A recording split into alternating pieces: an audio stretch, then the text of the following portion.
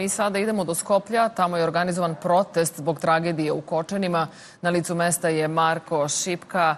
Marko, kaži nam kada je počeo protest i koliko ima okupljenih?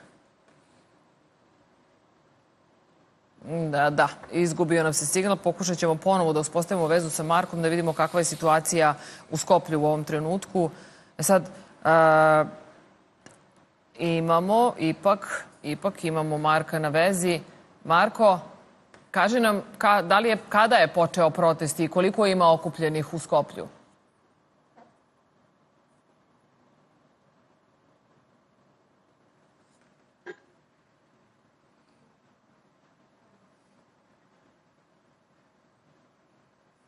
Ipak ćemo ponovo da pogledamo kako je došlo do ove tragedije dok ne uspostavimo vezu sa našim kolegom iz Skoplja.